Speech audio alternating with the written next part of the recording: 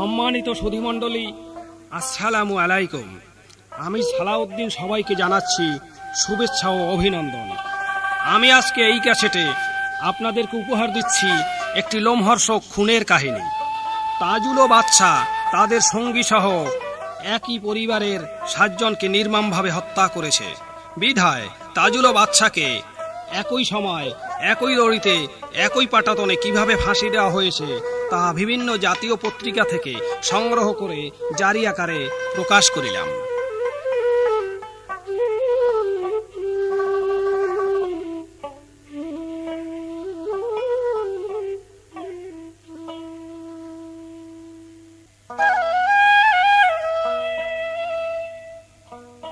ওরে আল্লাহ আল্লাহ বলো বান্দায়, রাসূল বলো মুখে, এড়াবে দোজখের দায় বেহেশতে রবা সুখে।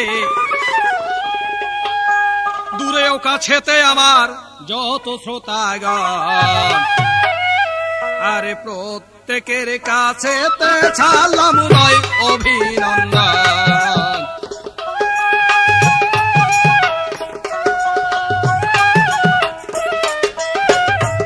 আরে প্রত্যেকের কাছেতে ছাড়লাম নয় অভিনন্দন।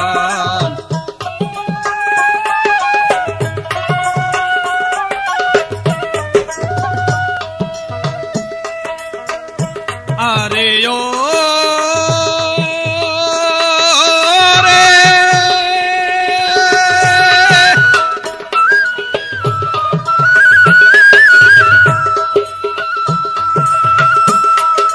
মানুষ হইল সৃষ্টি সেরা, সৃষ্টি বিধাতার, সেই মানুষে কেমনে করে এত অনাচার। মানুষ হইল সৃষ্টি সেরা, সৃষ্টি বিধাতার, সেই মানুষে কেমনে করে এত অনাচার। মানুষ হইয়া করে যদি অমানুষের কাজ, দেশের পতন ঘটে তাতে লজ্জিত সমাজ। মানুষ কেন এত নিষ্ঠুর, কেন হয় পাশা?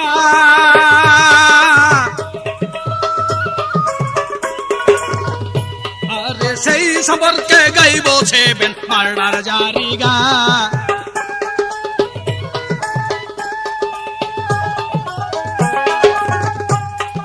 যেই কারণে হইল ফাঁসি তাজুল বাদশার, কেমন করে হয় কার্য কর বলিব এইবার। যেই কারণে হইল ফাঁসি তাজুল বাদশার, কেমন করে হয় কার্য কর বলিব এইবার। ধৈর্য ধরে শুনুন আমার শ্রোতা বন্ধুগণ,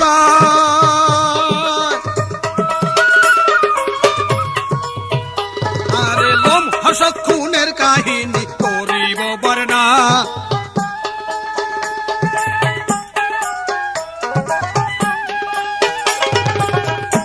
ব্রাহ্মণবাড়িয়া সদর থানার হরসপুর ইউনিয়ন, ওরে নিদারাবাদ গ্রামের নাম শোনেন বন্ধুগণ। নিদারাবাদের পার্শ্ববর্তী পাঁচগাঁও গ্রামের নাম, সেই গ্রামে বাস করিত নাম তাজুল ইসলাম।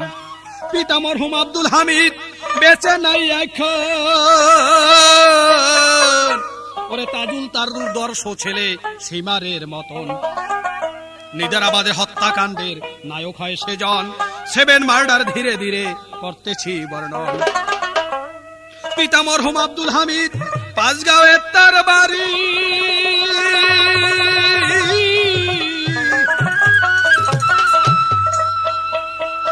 পিতা মরহুম আব্দুল হামিদ পাঁচগাঁওয়ে তার বাড়ি। প্রভাবশালী ছিলেন তারা সেই এলাকা জুড়ে। পিতা মরহুম আব্দুল হামিদ পাঁচগাঁওয়ে তার বাড়ি। প্রভাবশালী ছিলেন তারা সেই এলাকা জুড়ে। মাতুব্বরের মতো চলতো সেই তাজুল ইসলামে, তেমন কাহার বুকের পাঠা তার কথা না মানে। মাতুব্বরের মতো চলতো সেই তাজুল ইসলামে।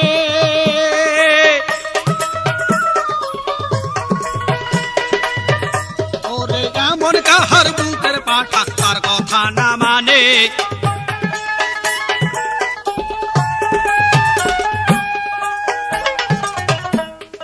টাকা পয়সা জমা জমি ছিল বহুতর, বসা করতে হইতো তার কথার উপর, টাকা পয়সা যাবা জমি ছিল বহু তার, ওঠা বসা করতে হইতো তার কথার উপর, নিজস্ব সন্ত্রাস বাহিনী তৈরি করে নিল।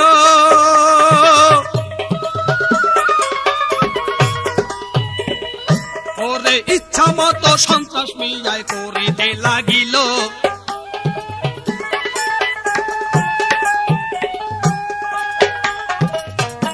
আবার শশাঙ্ক সে ধারাইল, শশাঙ্ক দেবনাথ নামে লোক ছিল একজন, নিদারাবাদ গ্রামে বসত ধনী নয় তেমন। শশাঙ্ক দেবনাথ নামে লোক ছিল একজন, নিদারাবাদ গ্রামে বসত ধনী নয় তেমন। 3 একর 34% জমি ছিল তার, ভরণ পোষণ নির্ভর করত সেই জমির উপর। তাজুল ইসলাম সেই জমির উপরে নজর দিল, বাজার গড়ার সবচেয়ে তাজুল বিভোর হইয়া গেল। তাজুল ইসলাম সেই জমির উপরে নজর দিল।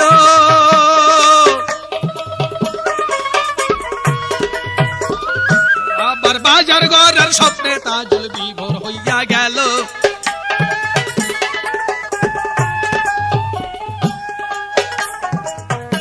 আবার ওই জায়গাতে বাজার গড়লে নাম হইবে তার, যেভাবে হোক ওই জায়গাটু খাওয়া চাই তাহার।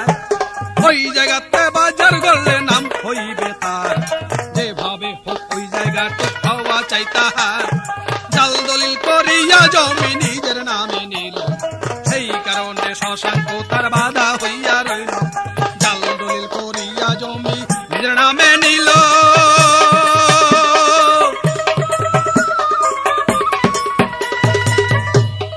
সেই কারণে শশাঙ্ক তার বাধা হইয়া রইল।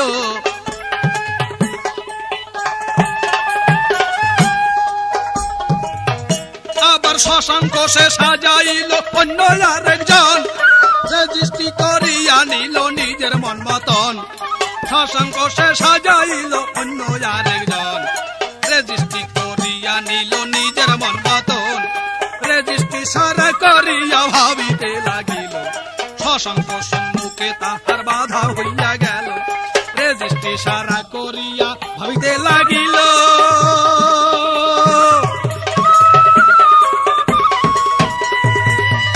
ওরে শশাঙ্ক সম্মুখে তাহার বাধা হইয়া গেল।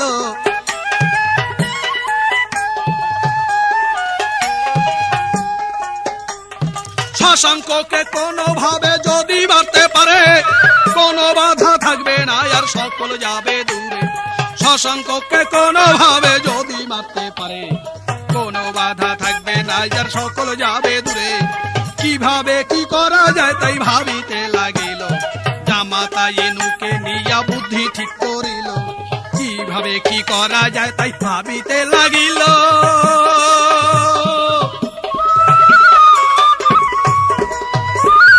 ওরে জামাতা এনুকে নিয়া বুদ্ধি ঠিক করিল।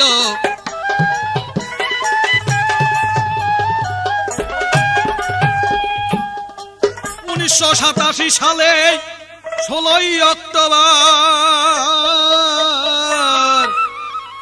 ওরে শুক্রবার দিন ভোর বেলাতে লইয়া যায় খবর। জামাতা এনুকে লইয়া শশাঙ্কের বাড়ি গেল। শশাঙ্কেরও কাছে তখন বলিতে লাগিল, তোমার জামাতা মনা দেবনাথ আছে অপেক্ষায়, ওরে ভারত সীমান্তে দেখা করতে বলেছে তোমায়। এই বলিয়া শশাঙ্ককে সঙ্গে নিয়া গেল। সরল মনে শশাঙ্ক তার পিছনে চলিল। শশাঙ্ক দেবনাথ যখন যাবার জোগাড় হল,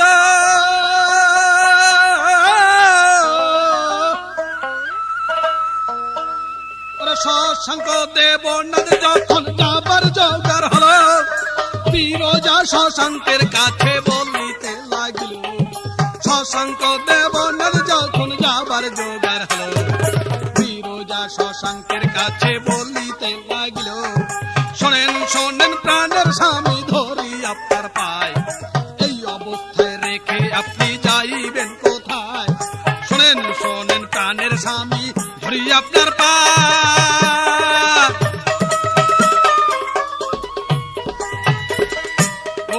এই অবস্থায় রেখে আপনি যাইবেন কোথায়?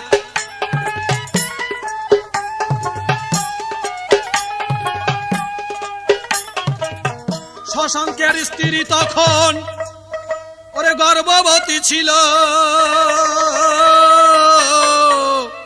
প্রসব বেদনায় ছটফট করিতে লাগিল।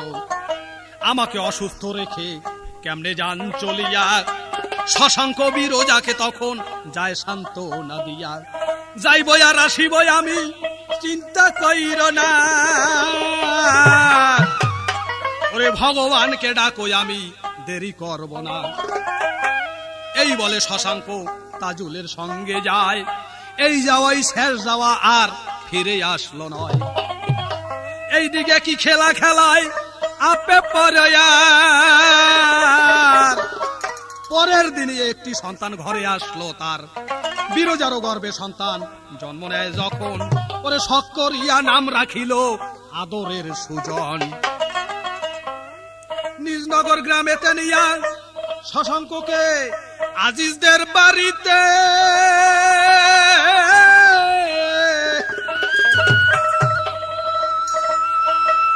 নিজনগর গ্রামেতে নিয়া আজিজদের বাড়িতে, ঘরের মধ্যে আটক করে রাখে সেই জায়গাতে। নিজনগর গ্রামেতে নিয়া আজিজদের বাড়িতে, ঘরের মধ্যে আটক করে রাখে সেই জায়গাতে। শশাঙ্কের কাছে তারা বলে তখন আয়, সীমান্ত পার হওয়া এখন সম্ভব হবে নয়। বিশেষ টহল চলছে এখন তোমারে জানাই, এইখানেতে থাকো তুমি কোনো চিন্তা নাই। বিশেষ টহল চলছে এখন তোমারে জানাই, এইখানেতে থাকো তুমি কোনো চিন্তা নাই।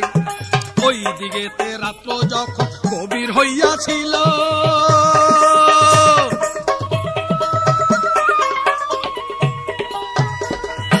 ওরে আজিজার জামাতা সহ তাজুল জোগাড় হলো।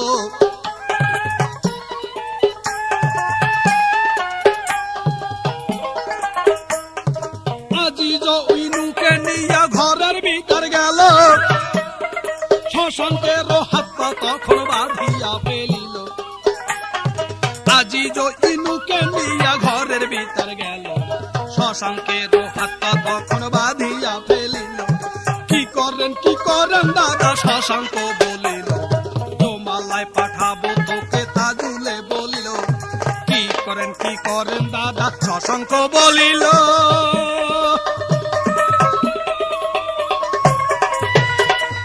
ওরে জাহান্নামে দিব তোকে তাজুলে বলিল।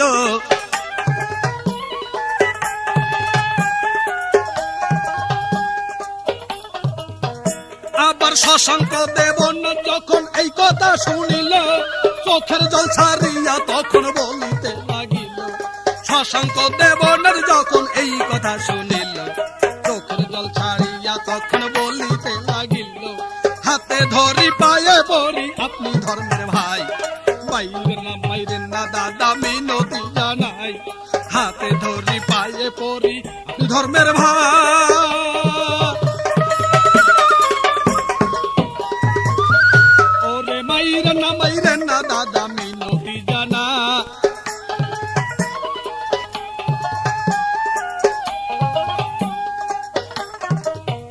আবার জায়গা জমি আছে যাহা কি সোনার চাই, সকলেই আপনাকে দিব প্রাণে ভিক্ষা চাই। জায়গা জমি আছে যাহা কি সোনার চাই, সকলেই আপনাকে দিব প্রাণে ভিক্ষা চাই। আপনার নামে লিখে দিব সকালে উঠিয়া, অন্য দেশে চলে যাব বাংলাদেশ ছাড়িয়া। আপনার নামে লিখে দিব সকালে উঠিয়া,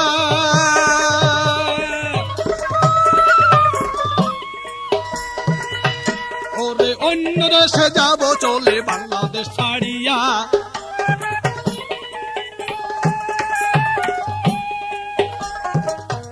তখন কাকতি মিনতি করে ধরে কত পায়, তবু সেই সীমারের মনে দয়া নাহি হয়। কাকতি মিনতি করে ধরে কত পায়, তবু সেই সীমারের মনে দয়া নাহি হয়। তাজুল বলে তোরে যদি রাখি দুনিয়ায়, ফাঁসিতে মরিতে আবার হইবে নিশ্চয়। তাজুল বললে তোরে যদি রাখি দুনিয়ায়, ফাঁসিতে মরিতে হবে নিশ্চয়। এই বলিয়া তিনজনে তার গলে গামছা দিয়া থাই গেল স্বামী তাহার খোঁজে বাড়ি বাড়ি।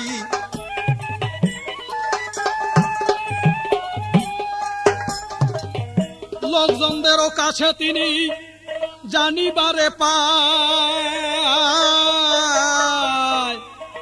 ওরে তাদের যাহা জমি ছিল তাজুল নিয়া যায়। জাল দলিল করিয়া জমি সকলে সে নিল, গ্রামবাসীকে বিরজাবালা সকলেই জানাইল। যেইভাবে স্বামীকে তাহার ডেকে নিয়া যায়, আবার জাল দলিল করিল তারা সকলেই জানায়। পরে স্বামীকে অপহরণ, হত্যা, লাশ গুম ও জাল দলিল করার অভিযোগে তাজুল ও ইনুর বিরুদ্ধে ব্রাহ্মণবাড়িয়া থানায় গিয়ে বিরজাবালা তদন্ত সাপেক্ষে বিচারের দাবি জানায়। পুলিশ ঘটনা নিয়ে টালবাহানা শুরু করে। তাজুল ও ইনুর বিরুদ্ধে এজাহার করলেও থানা থেকে কাগজপত্র গায়েব হয়ে যায়। 1988 সালের 26শে জানুয়ারি বিরজাবালা ব্রাহ্মণবাড়িয়া থানায় তাজুল ও ইনুর বিরুদ্ধে স্বামী অপহরণ মামলা দায়ের করে। পুলিশ তদন্ত শেষে ম্যাজিস্ট্রেট আদালতে চার্জশিট দাখিল করে। আদালত বিচারের জন্য মামলাটি জেলা দায়রা ও জজ আদালতে প্রেরণ করেন। মামলার রায় বিরুদ্ধে যেতে পারে এই আশঙ্কায় বিরজাবালা ও তার সন্তানদের খুন করার পরিকল্পনা করে তাজুল ইসলাম।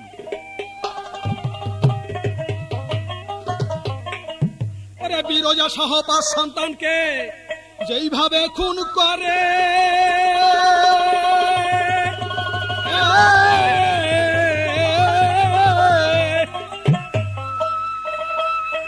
বিরজা সহ 5 সন্তানকে যেইভাবে খুন করে, সবার কাছে সেই ঘটনা বলছি ধীরে ধীরে। বিরজা সহ 5 সন্তানকে যেইভাবে খুন করে, সবার কাছে সেই ঘটনা বলছি ধীরে ধীরে। 1989 সাল আছিল 5ই সেপ্টেম্বর, 2টা নৌকা তাজুল ইসলাম করিল জোগাড়। একটা হয় ইঞ্জিন চালিত, একটা বৈঠায় চলে, গভীর রাত্রে রওয়ানা দেয় মিলিয়া সকলে। ইঞ্জিন চালিত নৌকা সঙ্গীদেরকে নিয়া উঠিল তাজুল 24-25 জন সঙ্গী লইয়া। ইঞ্জিন চালিত নৌকায় সঙ্গীদেরকে নিয়া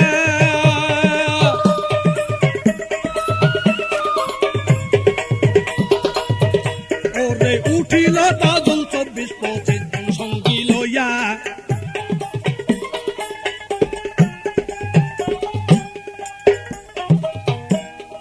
মধ্যরাত্রে নৌকা দুটি নিদারাবাদ গেল, শশাঙ্কের বাড়ির কাছে নৌকা রেখে দেয়।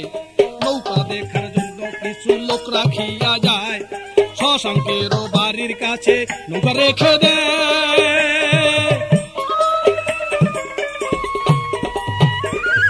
ওরে নৌকা দেখার জন্য কিছু লোক রাখিয়া যায়।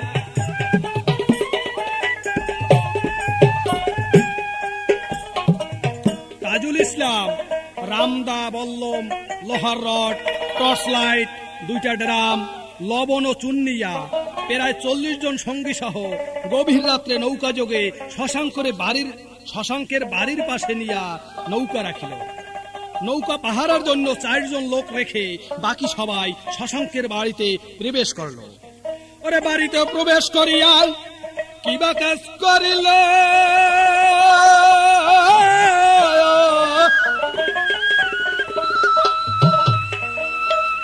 বাড়িতে প্রবেশ করিয়া কিবা কাজ করিল।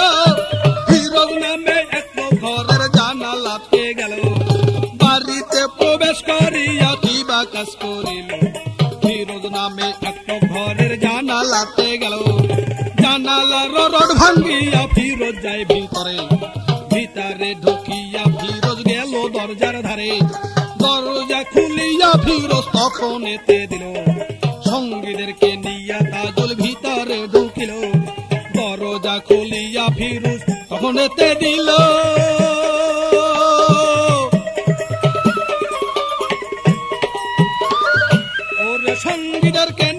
তাজুল ভিতরে ঢুকিল।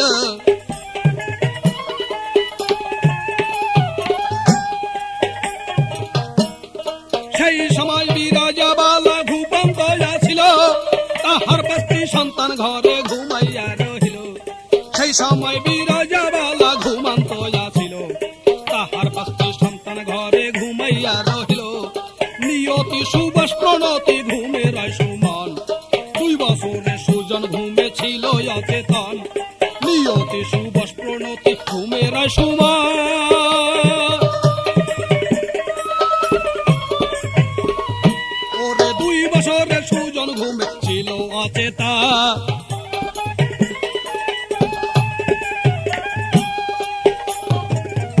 ঘরের মধ্যে ঢুকে তারা সন্তানদের ধরিয়া ওরে বিরজাওয়ালাকে ধরে মুখে চাপা দিয়া টানা হেসরা করে তাদের নৌকাতে উঠায়। চিৎকার শুনে বাড়ির পাশের মানুষ জেগে যায়। ওরে কাচন সরকার, সিদ্দিক মিয়া, হরিমোহন জাগে। দরজা খুলিয়া তারা লাগিলেন দেখিতে। তাজুলের লোকজন তখন তাদের হুমকি দেয়, ভয় পাইয়া দরজা তারা বন্ধ করে দেয়। এদিকে চিত্তরঞ্জন কাকরোল খেতে ছিলেন দাঁড়াইয়া,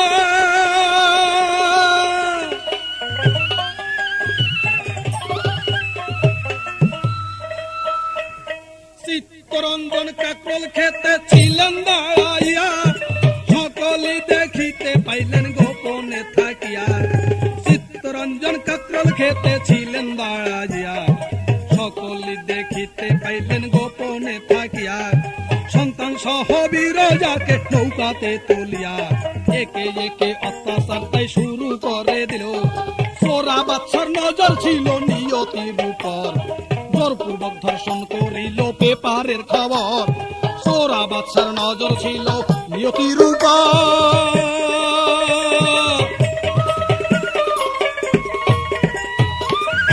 ওরে জোরপূর্বক ধর্ষণ করিল পেপারের খবর।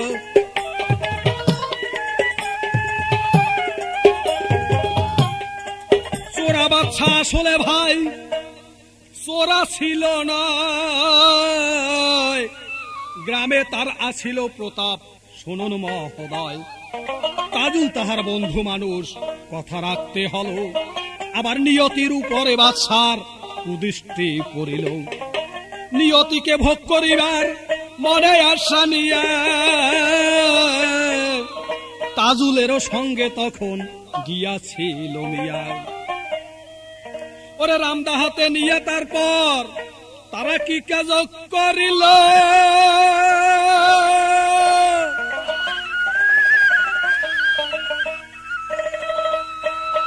ওরে রামদাহাতে নিয়ে তারপর কি কাজ করিল। ভাইদের সামনে বন্ধের তারা কাটিতে জীবনে বাইরের না দাদা মিনতি জানাই। হাতে ধরি পায়ে পড়ি জীবন ভিক্ষা চাই, জায়গা জমি এই জগতে কিছু না চাই। হাতে ধরি পায়ে পড়ি জীবন ভিক্ষা চাই,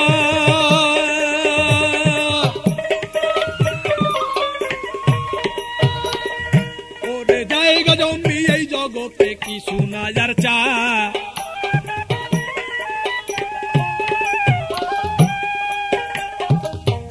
আবার জমা জমি আছে যাহা সব দিব লিখিয়া, কাল সকালে যাব আমরা ভারতে চলিয়া। জমা জমি আছে যাহা সব দিব লিখিয়া, কাল সকালে যাব আমরা ভারতে চলিয়া। তাজুলের বলে আপনি আমার ধর্মের বাপ, জীবন ভিক্ষা দিয়া মোদের করিয়া দেন মাপ।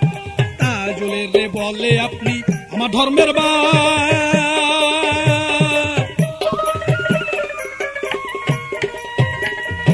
ওরে জীবন ভিক্ষা দিয়া মোদের করিয়া দেন মা।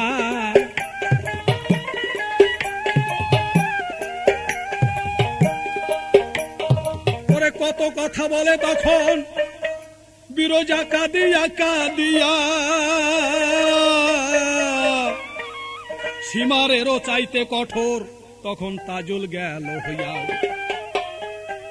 চোখের সামনে 4টি সন্তান তার কাটিয়া ফেলিল, টুকরা টুকরা করে তাদের ড্রামেতে ভরিল। শিশু সুজনকে মারে সীমার গলাতে টিপিয়া, তাই দেখে বিরজাবালা গেল বেহুশ হইয়া।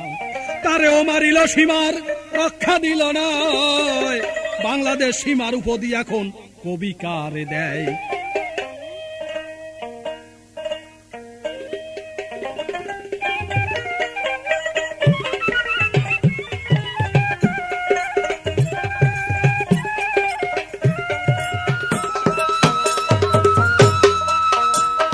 দ্বিখণ্ডিত করে দেহ ড্রামেতে ভরিল, চুন আর লবণ মিশাইয়া মুখ বন্ধ করিল।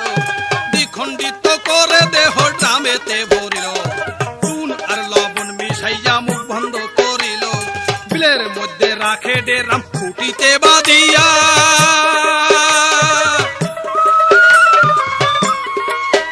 ওরে বাঁশের খুঁটি সঙ্গে বাঁধে মজবুত করিয়া।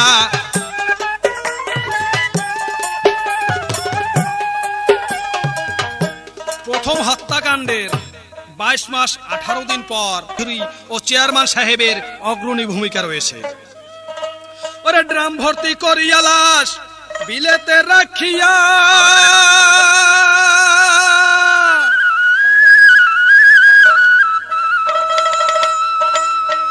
ড্রাম ভর্তি করিয়া লাশ বিলেতে রাখিয়া, যে যাহার নিজের বাড়ি গিয়াছে চলিয়া। 12 দিন পর সেই ডেরামের হইল সন্ধান, কেমন করে পাইল সন্ধান শোনেন বন্ধুগণ। সঙ্গী সহ যাইতেছিলেন আব্দুল মোবারক, বাড়ি যাইতে পথে পরে বিল ধোপা জুড়ি। স্কুল শেষে যাইতেছিলেন ভুলাতে নিজ বাড়ি, তখন নৌকার ধাক্কা লেগে একটি ড্রাম জাগিয়া উঠে। ড্রাম দেখিয়া সকলে তাই তখন চমকে উঠে, ড্রাম হইতে তৈলাক্ত পদার্থ দেখে বাহির হয়। পচা পচা গন্ধ নাকে লাগে তখন আয়। পরের দিন পুলিশ আসিয়া হাজির হয় সেথা,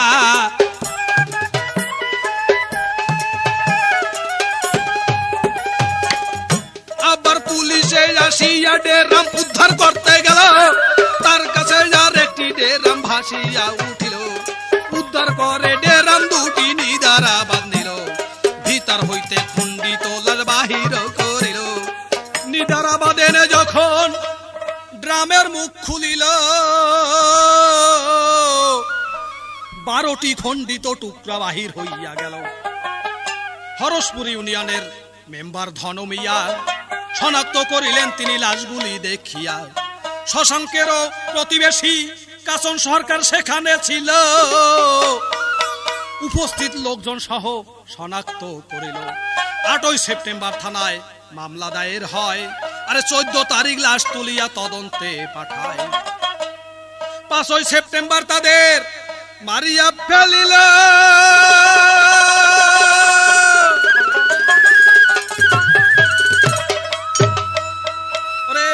5ই সেপ্টেম্বর তাদের মারিয়া ফেলিল।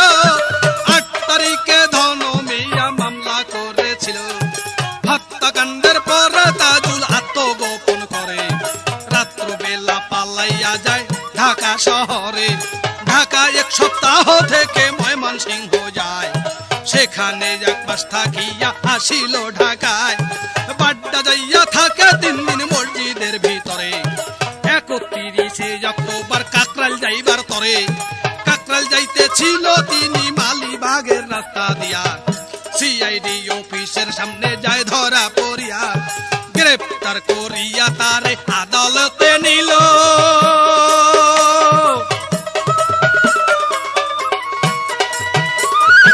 ওরে স্বীকারোক্তিমূলক জবানবন্দি তাজুল দিয়া দিল।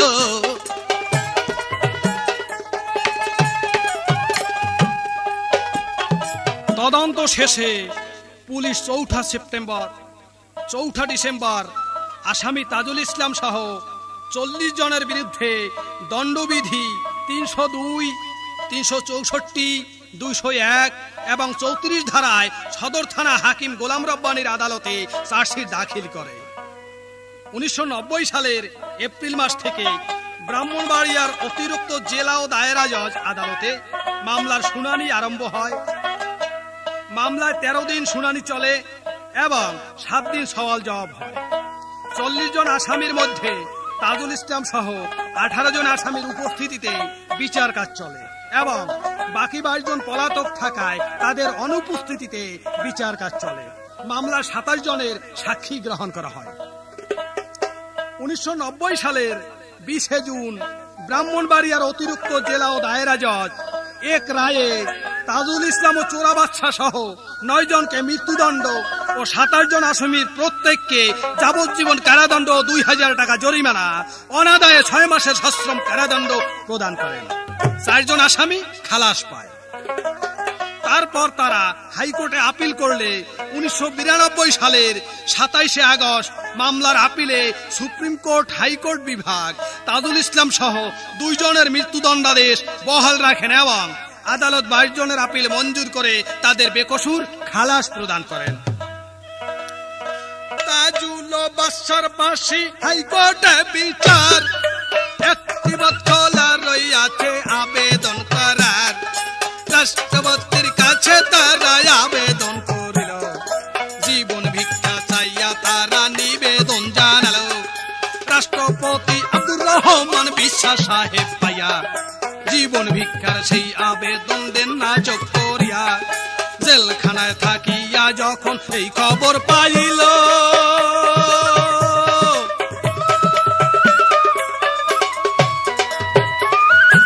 ওরে চোখের জল ছাড়িয়া তারা কাঁদিতে লাগিল।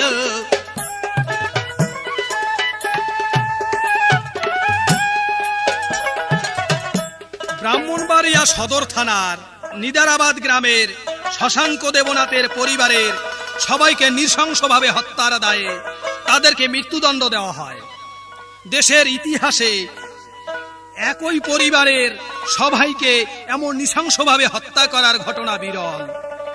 মধ্যযুগীয় বর্বরতাকেও হার মানিয়েছে এই হত্যাকাণ্ড। তাজুল ও চোরা বাদশার ফাঁসি কার্যকরের প্রক্রিয়াটিও ছিল আংশিক ব্যতিক্রম ধর্মী। ন্যায় বিচার বড় নির্মম, বিচারের বাণী কাউকে ক্ষমা করে না। তাজুল ও চোরা বাদশা তা জীবন দিয়ে প্রমাণ করে গেল। তারা দুজন ছিল একে অপরের গলার মালা। নিজ গ্রামে সকল অপরাধ, অপকর্ম, অত্যাচার, অবিচারের নেপথ্য নায়ক। তাদের এ জুটি মরণেও যে অটুট থাকবে তা হয়তো বেপরোয়া জীবনযাপন কালে আঁচ করতে পারেননি। 1993 সালের 11 আগস্ট দিবাগত রাত 2:01 একই দড়িতে তাদের ফাঁসি কার্যকর করা হয়। এক দড়িতে 2 জনের ফাঁসির ঘটনা কুমিল্লা সহ সারা দেশে বেশ চাঞ্চল্যের সৃষ্টি করেছে। ফাঁসির খবর তাজুল ইসলাম যখন শুনিল, মানসিক ভাবে ভীত সম্রস্ত হইল। বিপর্যস্ত হয়ে পরে ওই খবর শুনিয়া, কেলান্ত দেখাতো তাকে সারাদিন ধরিয়া। ওরে 11 আগস্টে তাহার বাকশক্তি লোপা।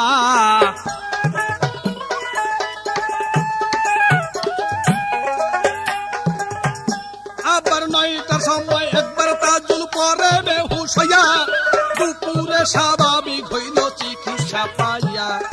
ওই সময় যে চোরা বাদশা উঠল আছিল, যথারীতি খাওয়া দাওয়া ঠিক মতো করিল। প্রতিদিনের মতো সালাম রফিদের জানাত।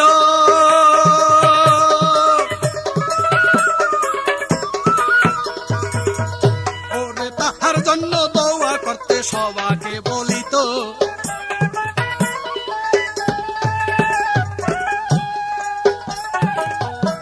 8 আগস্ট বাদশার কন্ডেম ছেলের পাশে কর্তব্যরত একজন কারারক্ষীকে উদ্দেশ্য করে বাদশা বলে, আপনারা আমাকে ক্ষমা করবেন, আমি আসলে এই হত্যাকাণ্ডের সাথে জড়িত নই।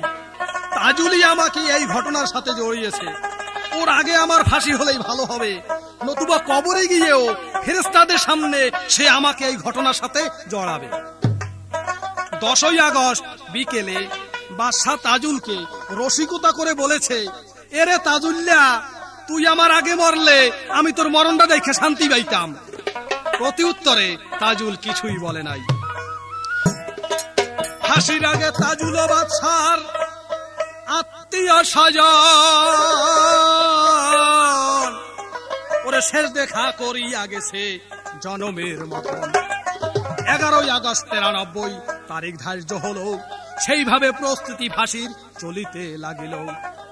কারাগার কর্তৃপক্ষ সকল জোগাড় করে, ওরে কারাগারের নিরাপত্তা ছিলেন জোরদার করে। কালু জল্লাদকে আনিলেন ঢাকা জেল হইতে, তাজুল আর বাদশাকে ফাঁসির দড়িতে লটকাইতে। রাত 1:25 জেলার আব্দুল মান্নান খান ডিপুটি জেলার সহ কারাগারে যান। সঙ্গে ছিলেন কারাগার মসজিদের পেশি ইমাম মুয়াজ্জিন আহমদ আলী, তাদের সঙ্গে যান। তাজুল ও বাদশার কন্ডম ছেলে তখন তারা যান। তাজুল ও বাদশাকে তারা তখন জানা,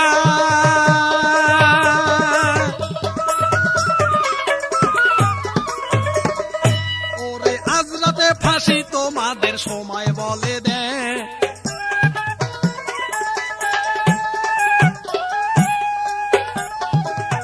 তাড়াতাড়ি গোসল করো, তখন বলে 2 জনারে। ইমাম সাহেবের কথা মতো তওবা ও নামাজ নিয়ে পড়ে গ্রাম থেকে পানি তুলিয়া 2 জনারে দিল। সেই পানিতে নিজেরাই গোসল করে নিল। তারপরে কয়েদির নতুন পোশাক তাদের দেয়, নিজেরাই সেই পোশাক পরে তখন আয়। ইমাম ও মুয়াজ্জিন সাহেব যখন নির্দেশ দেয় 6 রাকাত নফল নামাজ তারা আদায় করে নেয়। বাদশা তখন বলেছিল, এই দুনিয়াতে যেহেতু বিচার নেই, সেহেতু এই দুনিয়াতে আমার আর বেঁচে থাকার কোনো শখ নেই। আপনারা যেভাবে বলবেন আমি ঠিক সেভাবেই কাজ করব। এ সময় সে প্রচন্ডভাবে হাসতেছিল, কিন্তু তাজুল কিছুই বলেনি, তাকে বিষণ্ণ দেখাচ্ছিল। রাত 1:47 কন্ডেম ছেলে ইমাম সাহেব বাদশাকে এবং মুয়াজ্জিন সাহেব তাজুলকে তওবা পড়ান। এরপর তাদেরকে হাত পেছনে রেখে হ্যান্ডকাপ লাগানো হয় এবং তাদেরকে জমটুপি পরানো হয়। 1:58 তাজুল ও বাদশাকে ফাঁসির মঞ্চে নিয়ে যাওয়া হয়। অনেক ঊর্ধ্বতম কর্মকর্তা সেখানে উপস্থিত ছিলেন। ফাঁসির মঞ্চে যাওয়ার সময় বাদশা তাজুলকে উদ্দেশ্য করে বলে, দোস্ত, তুই আর একবার বল আমি নির্দোষ। তখন তাজুল বাদশাকে বলে, তুমি নির্দোষ।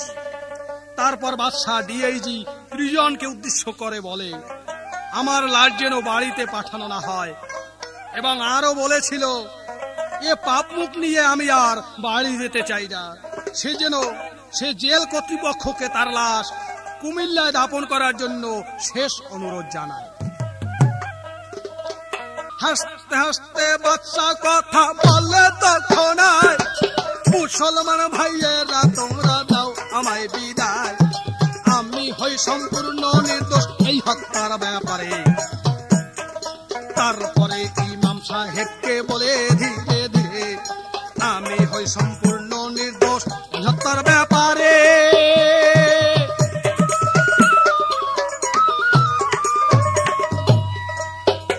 কারা কর্মকর্তা রায় পরিয়াল শুনাইবার পর 2 হাত পিছনে নিয়া হ্যান্ডকাপ দেয়।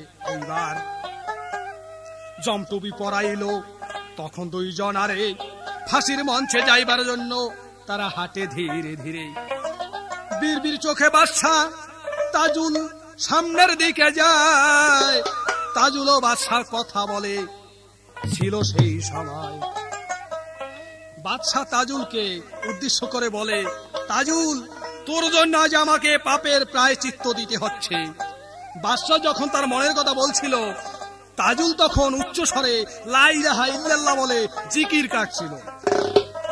জিকিরের এক ফাঁকে তাজুল বাদশার কাছে ক্ষমা চেয়ে বলে, আমিও তো ফাঁসির মঞ্চে যাচ্ছি, তবু তোর জন্য আমার দুঃখ হয়, তুই আমাকে ক্ষমা করে দিস। মঞ্চের কাছে গিয়া বিড়বিড় করে তাদের আরো কিছু কথা বলতে শোনা যায়। এ সময় তাজুল বেশ স্বাভাবিক ছিল। তারপরে ফাঁসির মঞ্চে উঠাই দুইজন। আরে ইচ্ছা করে ফাঁসির দড়ি কয়জনে বাপরে। জল্লাদ ও কারারক্ষীদেরকে প্রায় জোর করে এই দুজনকে ধরে ফাঁসির মঞ্চে উঠাইতে হয়েছে। ফাঁসির মঞ্চে দুজনকে দুটি পাটাতনে দাঁড় করিয়ে হাঁটুর নিচে দুপা রশি দিয়ে বেঁধে ফেলা হয়। রশি বাঁধার পরই মঞ্চে দাঁড়ানো দুজনের গলায় জল্লাদরা পরিয়ে দেয় ফাঁসির রশি। ফ্লাড লাইটের আলোতে গলায় রশি পরানো, ফাঁসির মঞ্চে দাঁড়ানো তাজুল ও বাদশা। মঞ্চের পিছনে জল্লাদ হাতলটি ডান হাতে ধরে দাঁড়িয়ে তাকিয়ে রয়েছে ডিআইজি প্রিজনের ডান হাতের দিকে। ফাঁসির মঞ্চের সামনে সকল কর্মকর্তা দাঁড়িয়ে দৃষ্টি রেখেছেন গলায় রশি লাগানো একই মঞ্চে পাশাপাশি দাঁড়ানো তাজুল ও বাদশার দিকে। ডিআইজি সাহেব ঘড়ি দেখে বলে উঠলেন, তাজুল ইসলাম, বাদশা মিয়া, তোমাদের সময় শেষ। তোমরা পবিত্র কলেমা লা ইলাহা ইল্লাল্লাহু মুহাম্মাদুর রাসূলুল্লাহ পড়ে নাও। উপরে ত্রিপল এবং তিন পাশে কাপড়ে বেড়া টানানো। মঞ্চে উঠে বাদশা নাকি একবার উপরের দিকে তাকায়। তাজুল জোরে জোরে কলেমা পড়তে থাকে। বাদশা কলেমা পড়ার সময় কিছু উল্টো পাল্টা করে ফেলে। 1993 সাল 11 আগস্ট, ঘড়িতে রাত 2:01। ঘড়িতে 2টা বাজিয়া 1 মিনিট হইল। ডিআইজি সাহেবে রুমাল ধরা ছিল। যখন তার হাতে রুমাল নিচে ফেলে দেয়, জল্লাদে ফাঁসির হাতলে তখন টান দেয়। যখন তার হাতে রুমাল নিচে ফেলে দেন, জল্লাদে ফাঁসির হাতলে তখন টান দেন। একই পাটাতনে দুইজন দাঁড়ানো আছিল। দুইজনের দেহ একটু শূন্যে উঠে গেল। সঙ্গে সঙ্গে অমনি ফাঁসির কূপে চলে যায়।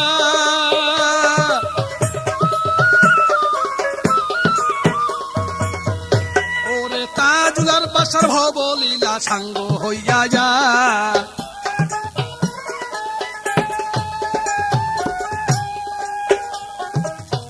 তারপরে বিধি মোতাবেক আধা ঘন্টা পর কূপে নেমে সিভিল সার্জন লইলেন খবর। তাজুল ও বাদশার নারী পরীক্ষা করিয়া মৃত্যু নিশ্চিত তাদের দিলেন জানাইয়া। জল্লাদের লাশ দুটো বাইরে নিয়ে এলো। ওরে দুইজনেরই হাতের রক্ত তখন কেটে দিল। ভোর রাত্রে গাড়ি নিয়া তাজুলের ভাই এলো।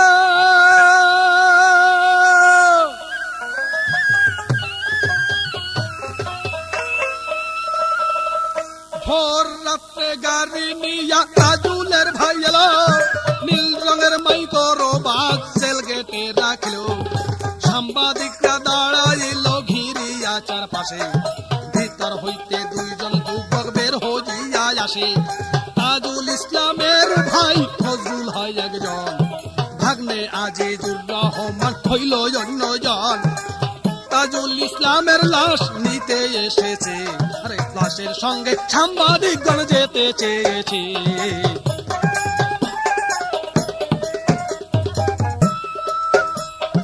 এরপরে মাইক্রো বাসটি ভিতরে নিল।